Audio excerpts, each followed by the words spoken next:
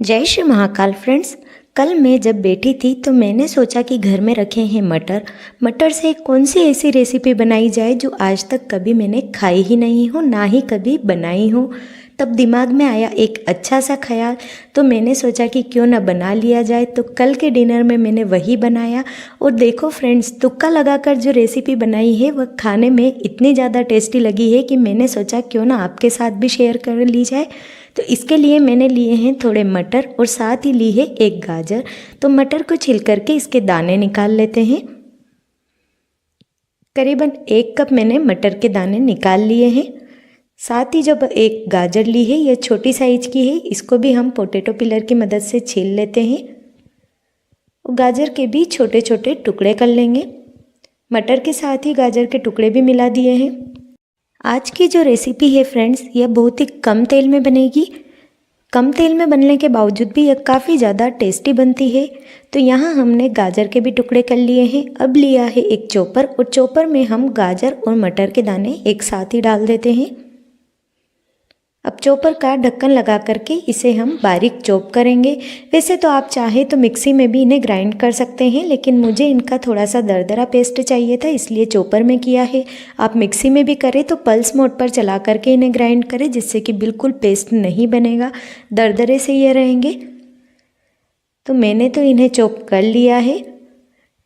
आप देख सकते हैं बिल्कुल दरदरे से यह है, बिल्कुल पेस्ट नहीं बना है, ना ही कोई पूरे पूरे दाने हैं। तो इन्हें निकाल लेते हैं हम एक बाउल में। पहले इसके कटर को साफ़ कर लेती हूँ, फिर जो चॉपर के अंदर जो दरदरा सा पेस्ट लगा हुआ है इसे भी निकाल लेते हैं बाउल में ही। आप चाहें तो इसे सिर्फ मटर से भी बना सकते हैं, लेकिन हल्का सा गाजर डालेंगे तो टेस्ट ज़्यादा अच्छा होगा।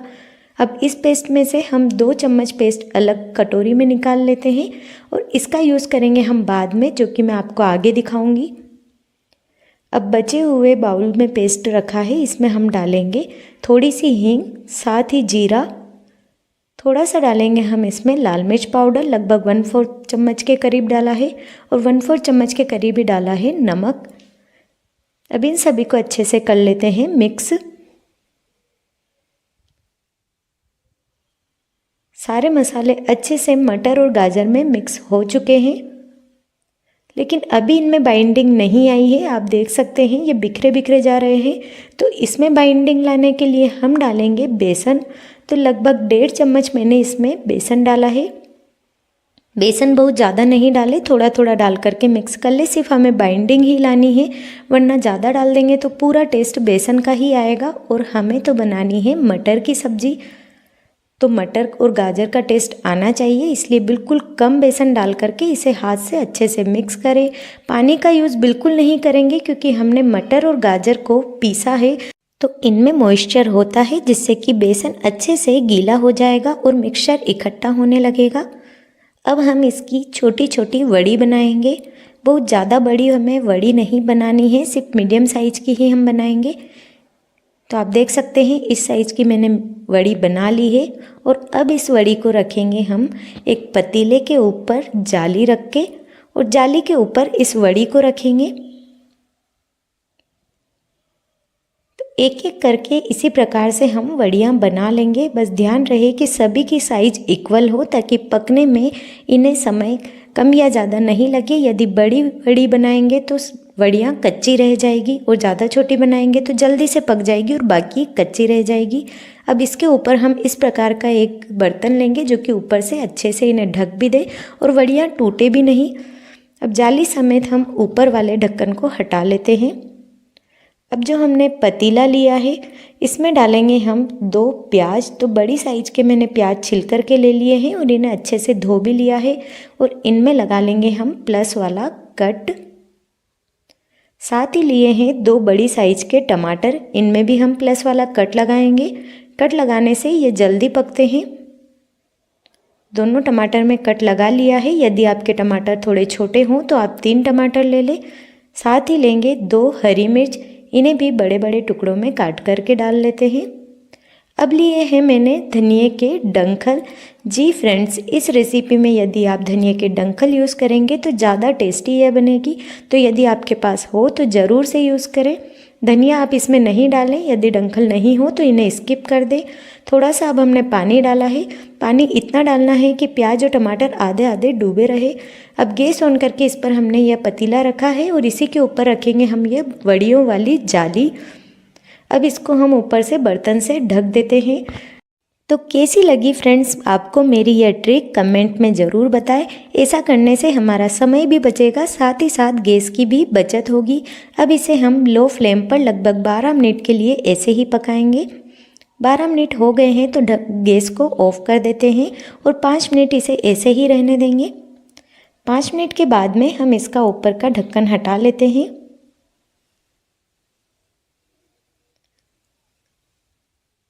आप देख सकते हैं वड़ियाँ अभी हल्की सी सॉफ्ट है, लेकिन यह पक चुकी है, सिर्फ यह अभी गर्म है इसलिए थोड़ी सॉफ्ट है। जैसे जैसे ठंडी होगी यह आराम से सेट हो जाएगी।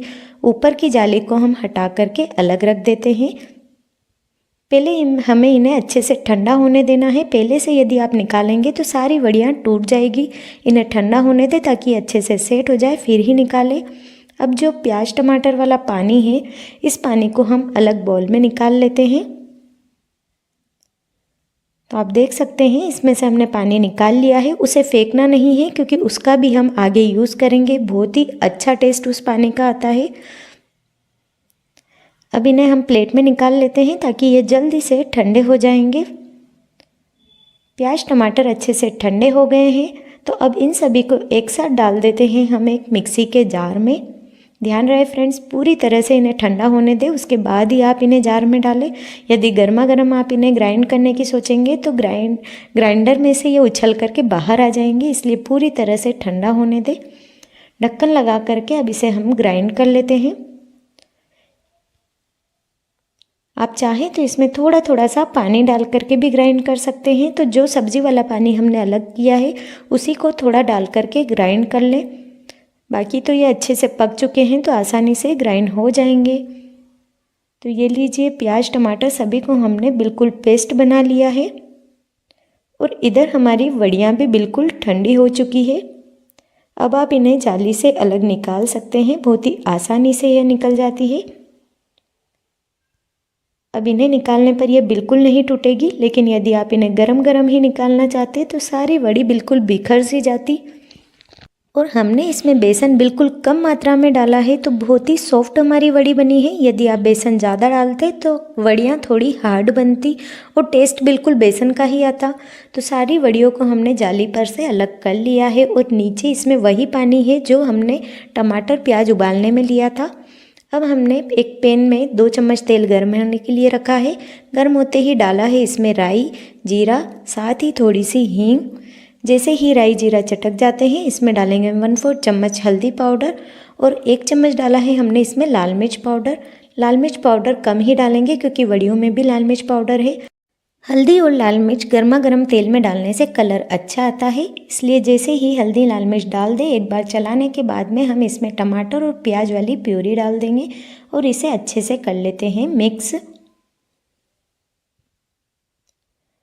अब यह प्यूरी जल्दी से पक जाए इसके लिए इसी टाइम पर हम इसमें डालेंगे नमक। तो मैंने 1 चम्मच से थोड़ा सा कम नमक लिया है क्योंकि वड़ियों में भी हमने नमक डाला था। आप अपने टेस्ट के अनुसार कम या ज़्यादा कर सकते हैं। अच्छे से इसे मिक्स कर लेते हैं और अब इस ग्रेवी को हम ढक कर के पकाएंगे। तो थोड़ी देर के लिए हमने इसका ढक्कन ढक दिया था। थोड़ी देर के बाद ढक्कन हटा करके देख लेते हैं। ग्रेवी अच्छे से पक चुकी है, जिसका साइन है कि ग्रेवी के साइड में आपको ऑयल दिख रहा होगा। तो इसी प्रकार से ऑयल निकलने दें, तब तक आप ग्रेवी को अच्छे से पकाएं। अब जो पेस्ट हमने मटर गाजर का अलग किया था उसे भी इसी टाइम पर इसमें डाल देते हैं, जिससे कि इस ग्रेवी में भी मटर गाजर का बहुत ही अच्छा टेस्ट आएगा।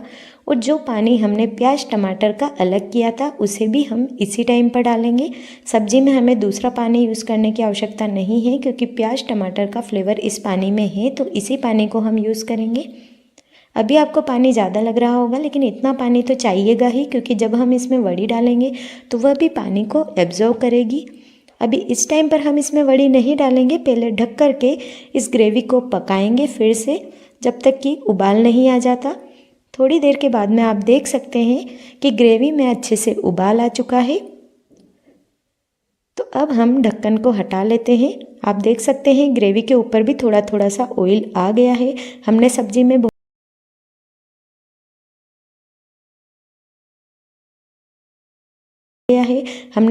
बहुत ही कम ऑयल यूज़ किया है, इसलिए कम ही आया है। अब जो भी वड़ियाँ हमने स्टीम करी थी उन सभी को इसी टाइम पर इसमें डाल देते हैं। ध्यान रहे फ्रेंड्स कि वड़ियों को पहले नहीं डालें, पानी में यानी कि ग्रेवी में अच्छा सा उबाल आ जाए उसके बाद ही वड़ी डालें और फिर से ढक कर के इसे 2 मिनट के लिए पकाएंगे। 2 मिनट के बाद में हम ढक्कन हटा लेते हैं। वड़ियों में भी ग्रेवी का अच्छा सा फ्लेवर चला गया है। ग्रेवी उबलने से पहले यदि आप वड़ी डाल देते तो सारी वड़ियाँ इस टाइम पर ग्रेवी में बिखर सी जाती। अब मैं आपको दिखाती हूँ कि हमारी वड़ी कितनी ज़्यादा सॉफ्ट बनी है। जैसे ही हम इसमें चम्मच लगा रहे हैं यह आसानी से टूट रही है, तो ऐसी ही हमें बनानी है। यदि हम इसमें ज़्यादा बेसन डाल देते तो वड़ी ज़्यादा हार्ड बनती, और यदि हम इसमें कम बेसन डालते, बहुत ही ज़्यादा कम बेसन होता, तो इस टाइम पर वड़ियाँ बिल्कुल सिक्योर नहीं रहती, सारी फैल जाती ग्रेवी के अंदर ही। इस प्रकार से एक एक ग्रेवी अलग नहीं रहती। तो आप बाइंडिंग के हिसाब से ही इसमें बेसन डालें। लास्ट में हमने डाला है इसमें 1 चम्मच कसूरी मेथी, जिसे हाथ से क्रश करके डाला है, साथ ही डाला है कटा हुआ हरा धनिया। अब गैस को कर देते हैं ऑफ।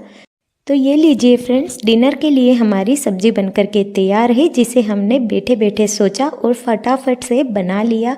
आप मुझे कमेंट करके बताएं कि आप इस सब्जी को क्या नाम देना चाहेंगे। यकीन मानिए फ्रेंड्स, खाने में काफ़ी ज़्यादा टेस्टी है।